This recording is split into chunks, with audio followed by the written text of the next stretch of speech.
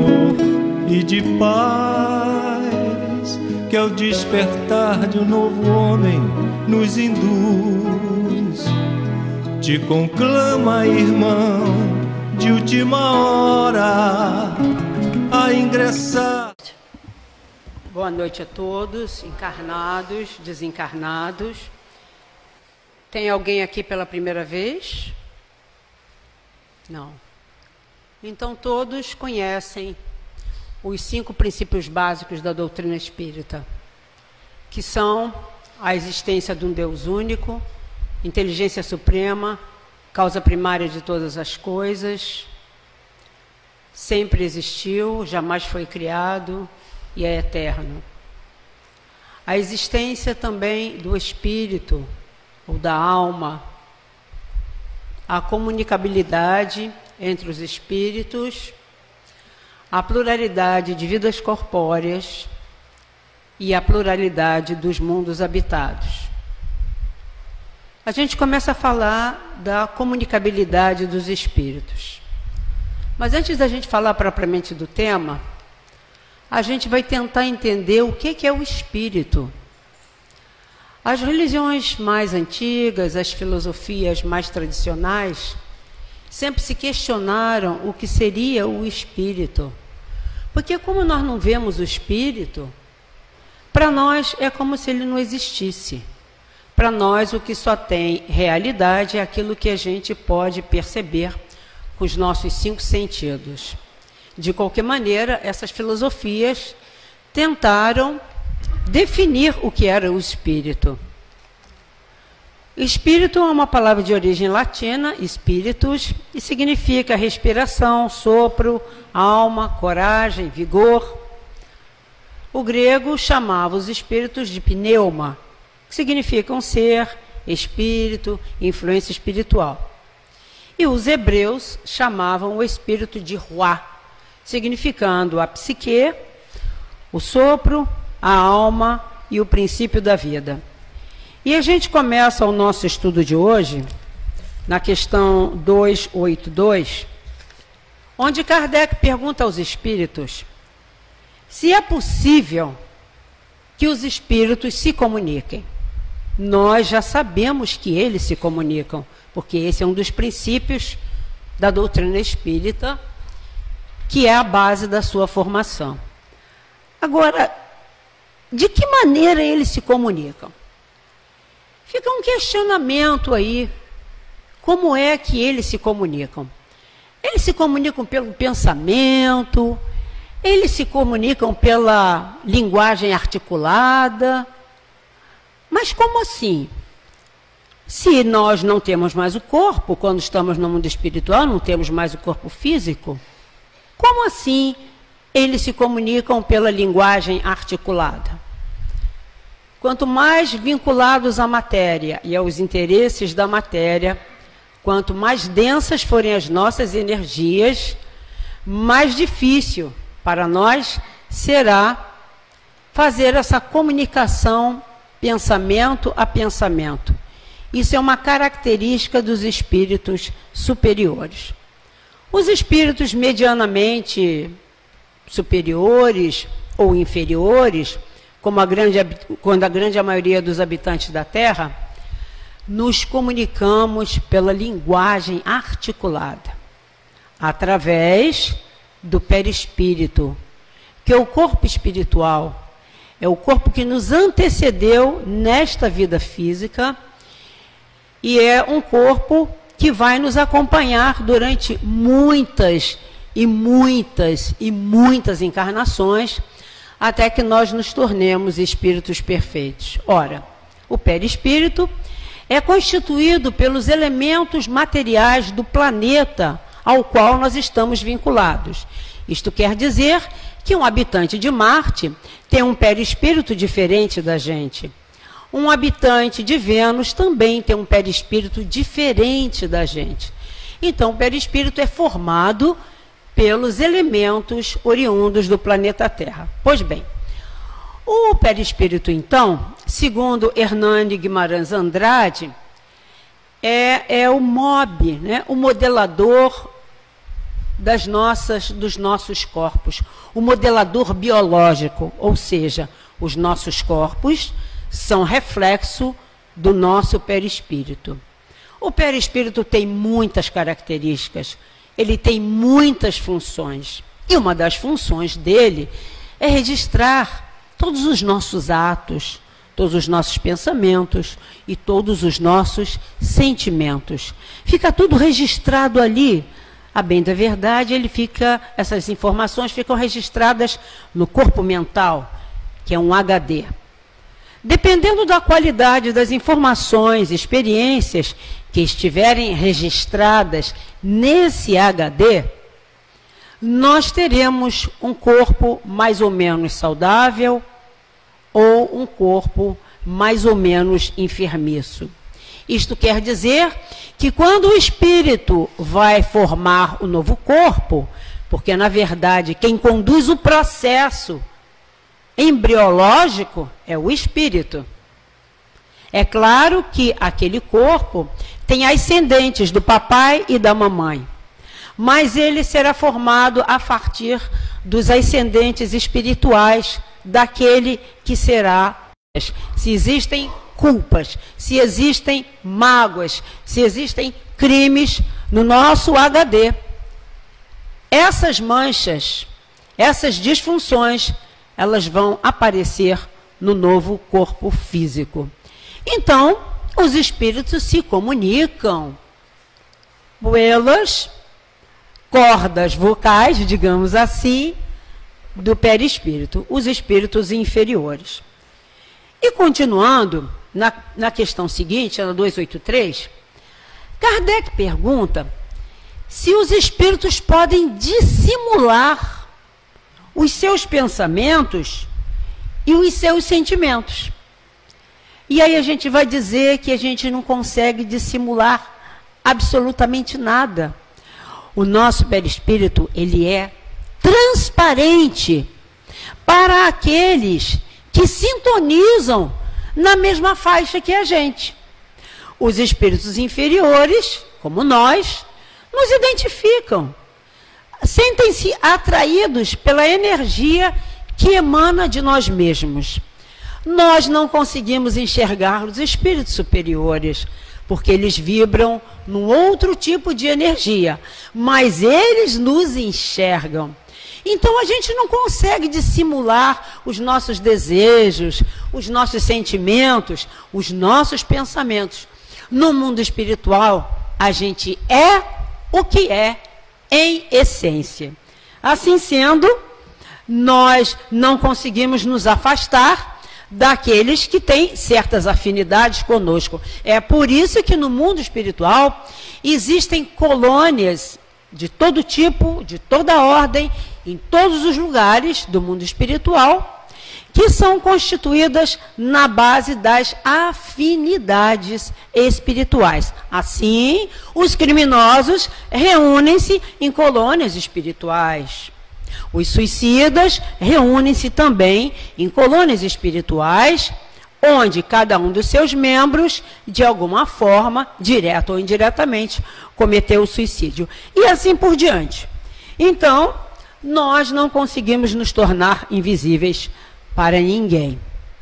Aqui a gente disfarça, põe uma roupa bonitinha, põe um batom, pinta o cabelo, mas no mundo espiritual nós somos aquilo que somos verdadeiramente em essência.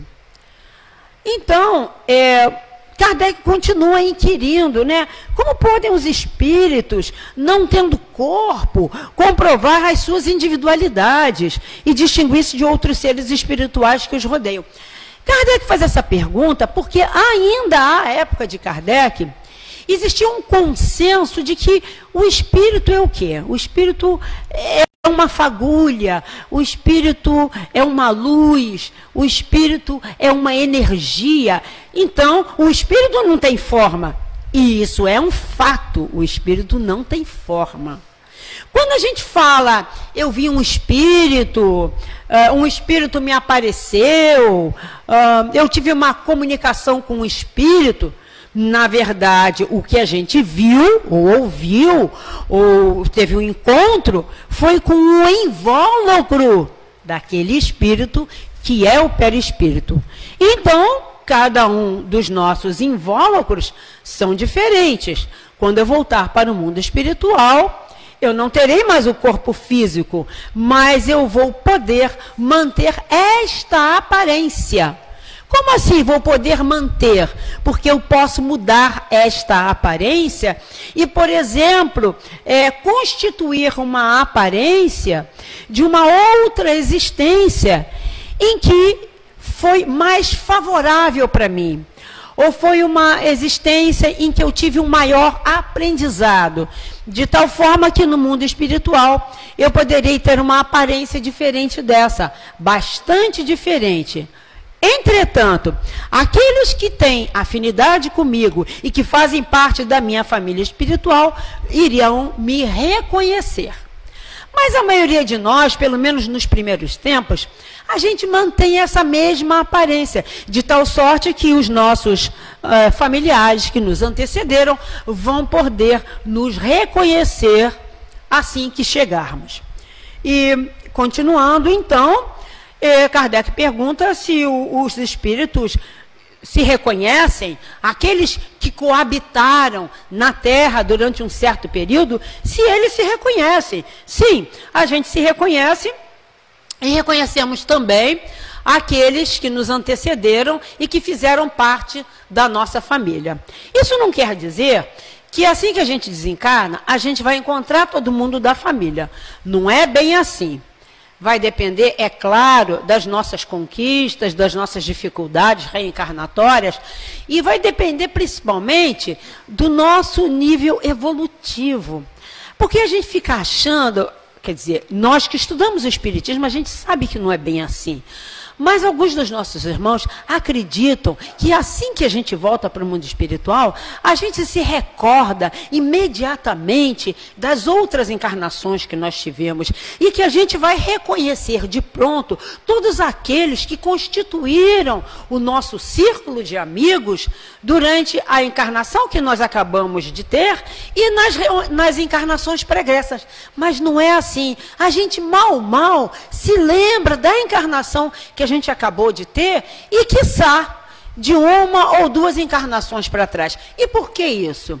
Esse esquecimento é necessário. E isso faz parte da bondade de Deus a nosso respeito. A gente sabe que a gente evolui muito pouco de uma existência para outra. A gente caminha muito devagar. A gente sobe muito poucos degraus. Isso quer dizer que na nossa vida pretérita, vida é uma só, na nossa existência pretérita, nós fomos um pouquinho piores daquilo que nós somos hoje.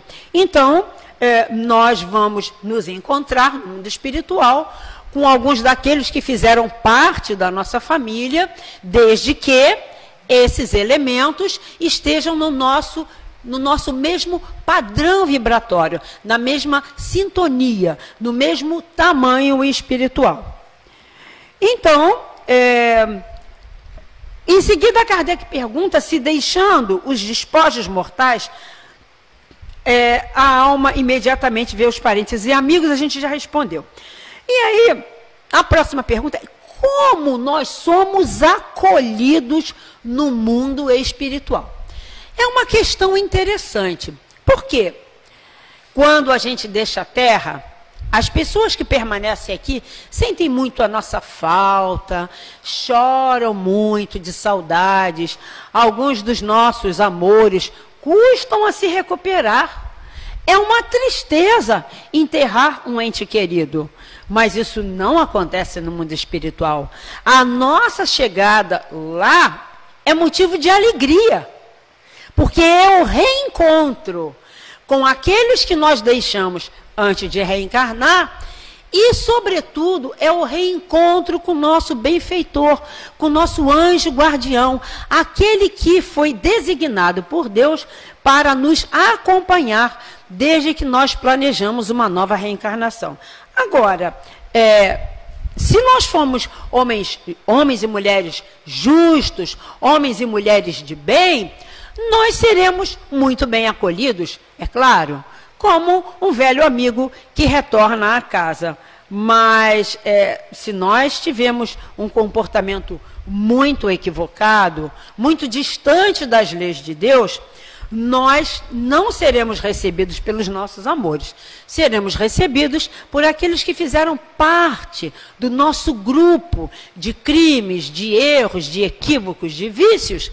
E é claro que os espíritos mais avançados do que nós, ou um pouquinho melhores do que nós, nos olharão com um certo desprezo. Exceção feita, é claro, dos espíritos superiores, que eles nos olham como crianças que ainda precisam aprender muito.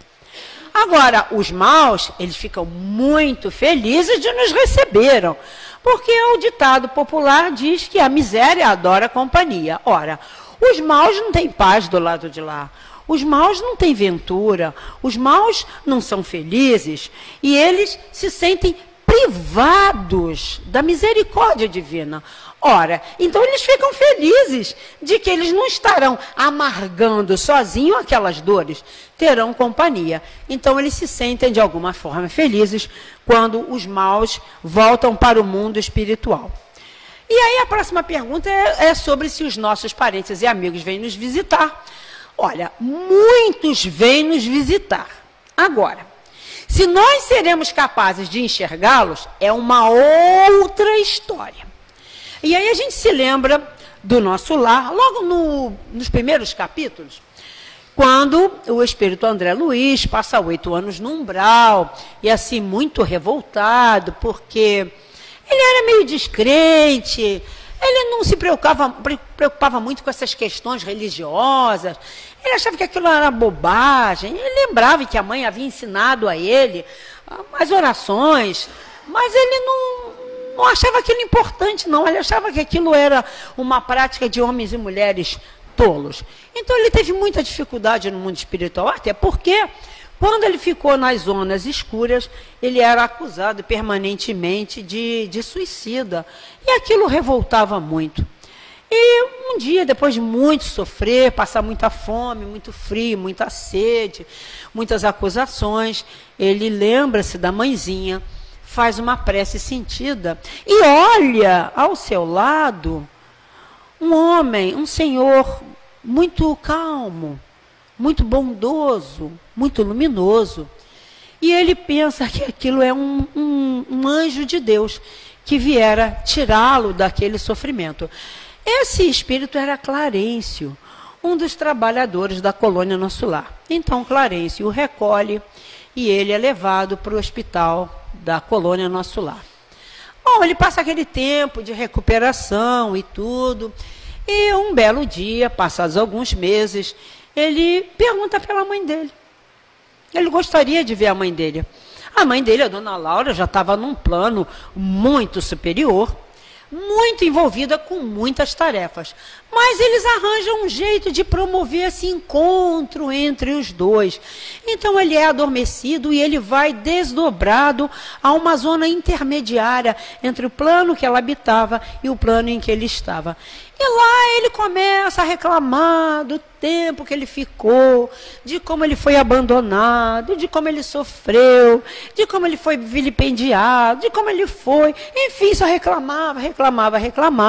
E por que a mãe nunca tinha ido visitá-lo? E a mãe diz, eu fui te visitar um monte de vezes, mas você não era capaz de me enxergar. Então... os espíritos superiores estão sempre querendo nos ajudar. Eles vêm ao nosso encontro, mas a gente precisa fazer o movimento de ir ao encontro deles, porque eles, sobretudo, respeitam o nosso livre-arbítrio. E se o nosso livre-arbítrio é ficar rememorando as dores, os sofrimentos, os crimes, os equívocos, enfim, que nós vivemos na precedente existência, o que eles podem fazer? Se a gente está vibrando nesse patamar, é claro que eles vibram um pouquinho mais alto, nós não seremos capazes de enxergá-los. E aí depois pergunta sobre, assim, as relações de simpatia e de antipatia que existe no mundo espiritual. Ora, as relações de simpatia e de antipatia existem tanto quanto elas existem aqui na Terra. Normalmente nós temos simpatias por aqueles que comungam com os nossos pensamentos, com a nossa maneira de ser, com a nossa maneira de pensar, com os nossos interesses, com os nossos vícios, com as nossas mazelas. Então, aqueles que pensam como nós, sentem como nós, sentem simpatia por nós, sentem-se à vontade em nossa presença. Por outro lado, aqueles que pensam diferentemente da gente, que agem diferentemente, que têm interesses diversos dos nossos, nós sentimos antipatia por eles. Nós sentimos um certo rechaço por eles. E eles também, se eles são superiores a nós, não é que eles sintam um rechaço pela gente. Eles compreendem o patamar onde nós estamos estacionados. Mas eles percebem que não há nada em comum que nos una. Então, não tem por que a gente andar juntos. Então, a gente está sempre próximo daqueles que comungam conosco. E no plano espiritual, é exatamente assim. Só que os laços aqui da Terra, eles são uns laços frágeis. Porque na medida em que a gente volta para o mundo espiritual, muitos desses laços que nos uniam aqui na Terra, eles se desfazem. E aí a gente volta para o mundo espiritual, naturalmente vamos conviver com aqueles espíritos do mesmo teor vibratório que nós, mas aqueles laços, se eles eram puramente materiais, puramente vinculados aos interesses materiais, eles como que se desfazem.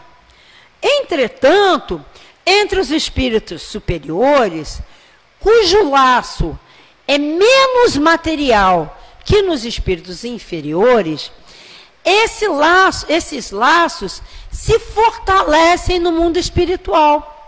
Porque mesmo aqui na Terra, quando a gente tem assim laços de carinho, de simpatia, de atração por certas pessoas, algumas pessoas, a gente tem alguns senões por essas pessoas. E a gente costuma confundir as coisas. Tipo assim, eu amo meu esposo, mas de repente eu deixei de amar. Como assim? Ora, se eu amo sempre. Mas a gente confunde às vezes o sentimento com as características da pessoa. É preciso que a gente faça uma distinção entre o ser imortal que está habitando naquele corpo, por quem nós sentimos amor, carinho, respeito e simpatia, por certas características daquele espírito encarnado que a gente não gosta. Se a gente conseguir fazer essa distinção, olha, eu gosto de você, mas eu não gosto desse seu comportamento. Ou, eu gosto de você, mas não gosto dessa sua atitude. É possível que a gente, então, mantenha o sentimento vivo. E é este sentimento que nós vamos levar para o mundo espiritual. Porque esse sentimento, ele subsiste no mundo espiritual.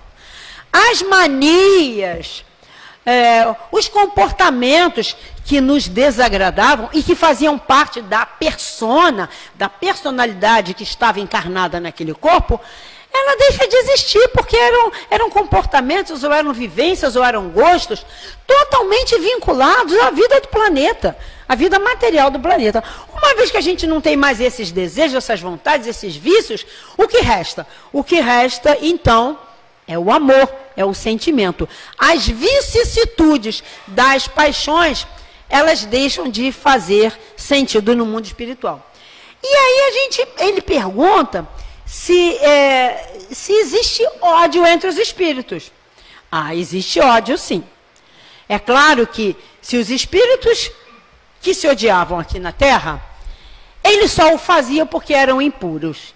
E a gente sabe que morrer e desencarnar não é um passe de mágica. A porta que nos conecta com o plano espiritual, através da morte, não é uma porta mágica.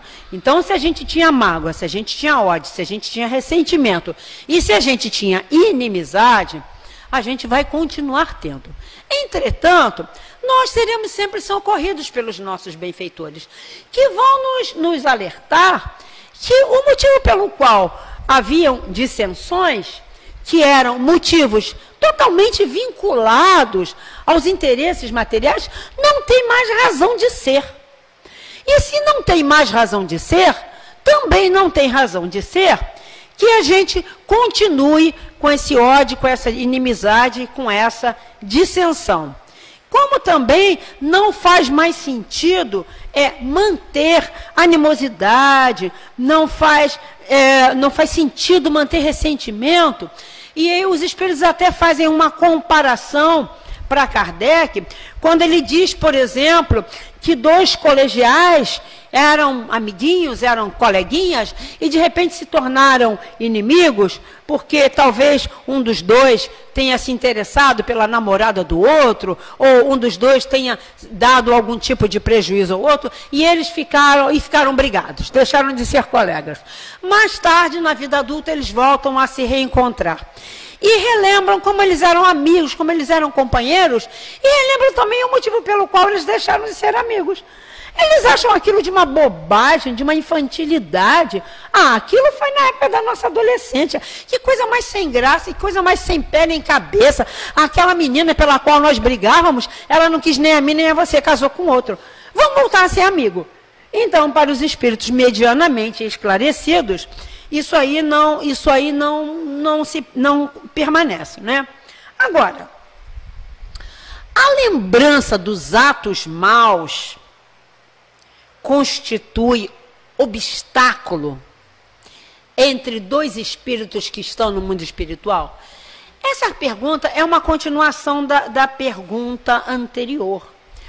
Porque às vezes as pessoas nos magoam de alguma forma, nos dão algum tipo de prejuízo, provocam em nós algum tipo de mágoa tão profunda, que rasga os nossos peitos e que a gente tem muita, mas muita dificuldade de perdoar.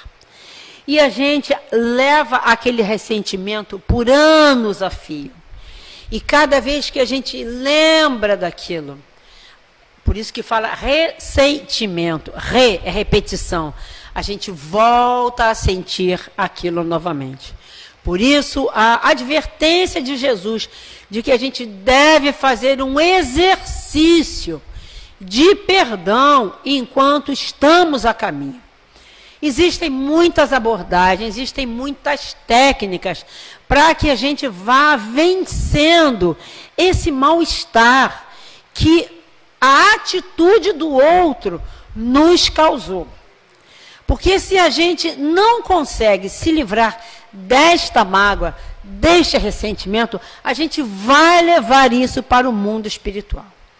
E cada vez que a gente relembra da dor, do sofrimento, da mágoa pela qual nós passamos, nós estamos ligados àquele que foi o autor de tudo isso.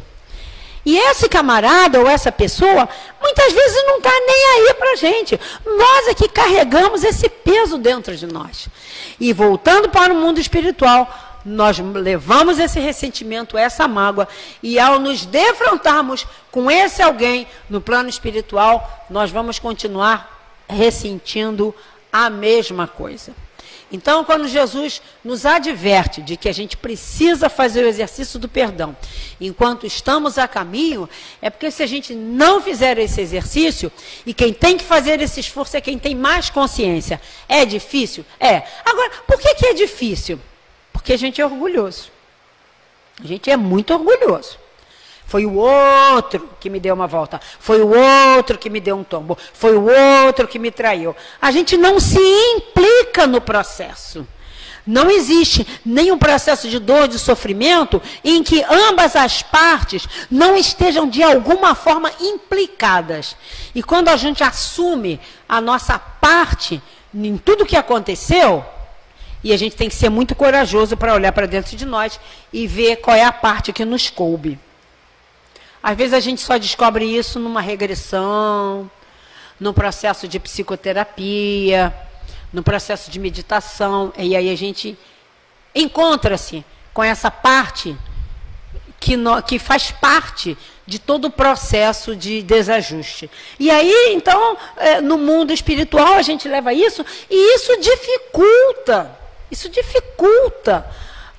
o nosso entrosamento no mundo espiritual. Isso dificulta a nossa paz, isso dificulta o nosso progresso no mundo espiritual. E se a mágoa é muito grave, e se ambos os espíritos mantêm esse ódio, essa animosidade recíproca, convida-nos a divindade, que quer que todos nós nos amemos, que a gente repita a experiência, precisamente com aquele que nos causou um mal-estar.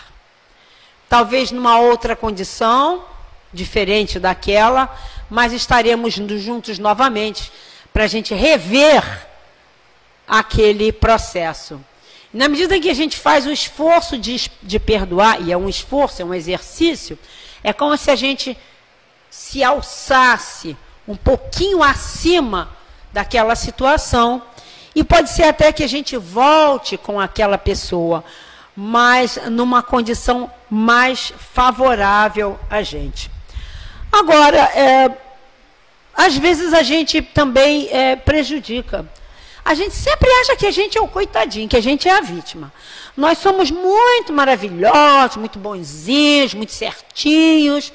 A gente não magoa ninguém, a gente não é grosseiro com ninguém, a gente não prejudica ninguém, a gente não deseja o mal de ninguém. Engana quem? A gente é isso tudo. E as pessoas também têm mágoa da gente. Já parou para pensar? Se a gente tivesse coragem de perguntar àqueles que convivem conosco, mais próximos, tipo assim, os nossos filhos, os nossos maridos, as nossas esposas, você pode fazer um diagnóstico da minha pessoa em relação a você? Nós iremos ficar surpresos com aquilo que eles iam falar a nosso respeito. E a gente ia cair do cavalo, literalmente. A gente ia ver que a gente não é isso tudo. Que a gente não está com essa bola toda, não. E que a gente magoa muita gente. Muita gente. Muita gente tem bronca da gente. Muita gente se magoa com a gente, muita gente não nos perdoa. Então, que sejamos nós que temos mais esclarecimento, que façamos esse esforço. Esse é um esforço muito necessário e deve ser feito diariamente. Aí ele continua perguntando se são suscetíveis de alterar-se as afeições individuais dos espíritos. Não, a afeição é afeição, conforme eu já disse, não é? A afeição é afeição, amor é amor, desejo de bem é desejo de bem. Então, se a gente tem esses sentimentos, ora, eles já são conquista nossa, já são conquista do nosso espírito. Não é porque a gente foi para o mundo espiritual que a gente vai deixar de sentir esses sentimentos. A gente vai continuar tendo, então, esses mesmos sentimentos, se eles são legítimos, se eles são verdadeiros no mundo espiritual. Agora, quando a gente tem esses sentimentos verdadeiros, a gente não precisa se preocupar em manter uma máscara daquilo que a gente não é. Até porque no mundo espiritual as máscaras todas caem.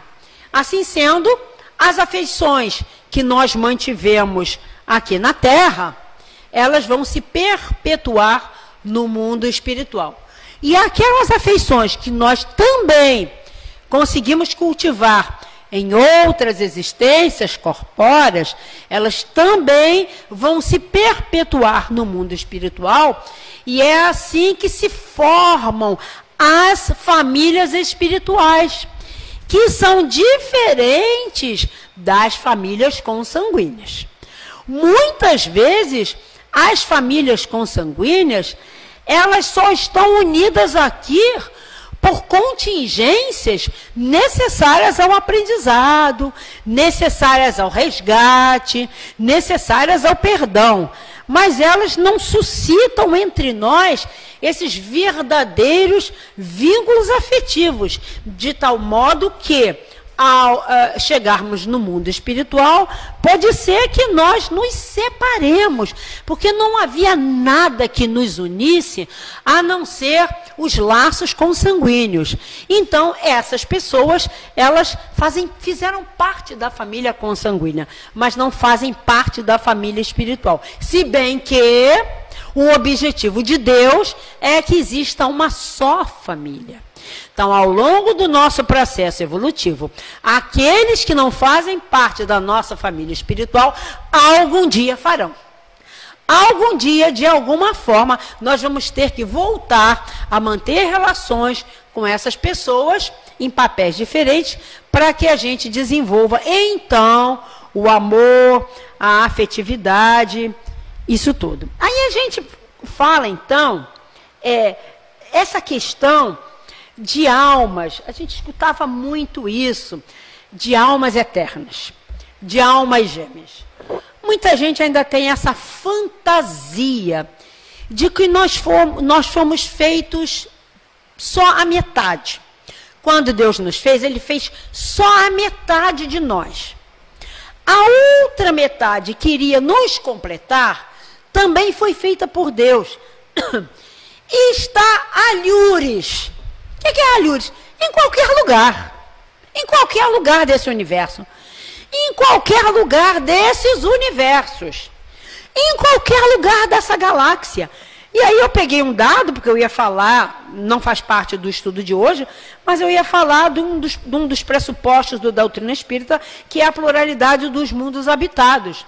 Ora, só a nossa galáxia, a Via Láctea, que é pequenininha, tá, gente? Ela é uma cabecinha de alfinete no concerto dos universos. Porque nos universos existem 2 trilhões de galáxias. O que é a Via Láctea? Nada. E a gente se acha, né? A gente se acha.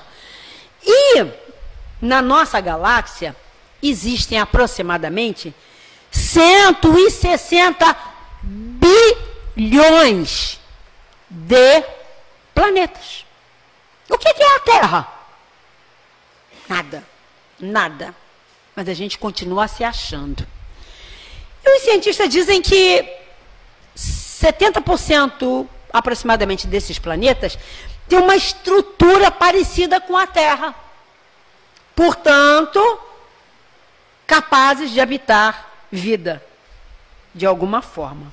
Então a gente fica pensando que a nossa metade eterna está alhures em alguns desses 160 bilhões de planetas. Mas isto não é uma verdade.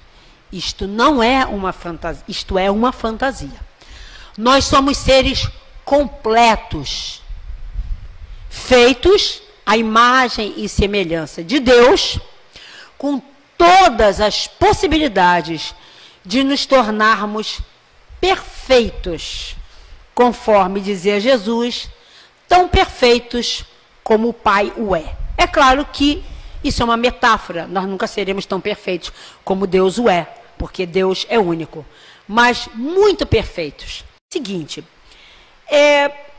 alguns espíritos vivenciaram muitas experiências favoráveis em muitas encarnações, de tal forma que eles começaram a fazer parte da mesma família espiritual. Mas na nossa família espiritual, não tem só um espírito não, tá, gente? É uma família gigantesca. Nós somos espíritos muito velhos. Só aqui na Terra, nós devemos estar há 5 bilhões de anos. Só aqui na Terra. Então, em 5 bilhões de anos, quantas famílias nós tivemos? Quantos amores? Quantos pais? Quantas mães? Quantos amigos? Quantos irmãos? Quantos? Quantos desses evoluíram mais ou menos paralelamente a nós? Muita gente, não é? Esses que caminharam mais ou menos no mesmo passo evolutivo que nós, fazem parte da nossa família espiritual. Ou estão encarnados conosco, ou estão lá em alguma colônia à nossa espera. Então, se a gente for pensar numa metade eterna, todos esses da família espiritual, nossa, seriam as nossas metades. Ou seja, são seres que, quando nós tivermos oportunidade de nos reencontrarmos, nós nos sentiremos absolutamente plenos, absolutamente felizes, no nirvana espiritual. Porque aqui na Terra, a gente já se sente tão bem quando a gente está com alguém que nos entende, que nos compreende, que fala a mesma língua que a gente, que tem mais ou menos os mesmos gostos que a gente. Imagina no mundo espiritual, quando nós estivermos isentos desses interesses tão carnais, tão materiais. E aí, os espíritos que estão ligados por laços de amor, laços de simpatia, estarão sempre, sempre, para todo o sempre, juntos, eternamente juntos. Isso não quer dizer que quando um deles, ou alguns deles, precisem encarnar, ou precisem ir, digamos, ter novas experiências em outros planetas, em outras instâncias, vá todo mundo junto. Não é assim que funciona. Ou seja, nós temos amigos no mundo espiritual, que são a nossa família espiritual, que estão do lado de lá, torcendo por nós. Então, quando a gente voltar, nós teremos um breve reencontro para vivenciarmos as alegrias do amor, da simpatia, da cordialidade, dos mesmos jogo de interesses. Depois a gente se separa temporariamente, cada um vai seguir o seu caminho, cada um vai cumprir uma nova missão designada por Deus, mas nós estaremos sempre unidos. Nós estamos unidos pelo coração, nós estamos unidos pelos sentimentos e nós estamos unidos pelo sentimento. E aí Kardec pergunta se essa simpatia que existe entre os membros da nossa família espiritual resulta da perfeita concordância dos pendores e dos instintos. Ele diz, não é perfeita a concordância, porque cada um tem a sua personalidade, cada um tem o seu crescimento espiritual, cada um teve as suas experiências, cada um teve seus aprendizados. O que vai nos unir, assim, eternamente, é o nosso desejo do bem, é o nosso desejo do aperfeiçoamento permanente, é o nosso desejo de vivenciar em todas as oportunidades que nós tivermos, no mundo espiritual ou no mundo material, as leis de Deus. É isso que vai nos manter unidos eternamente.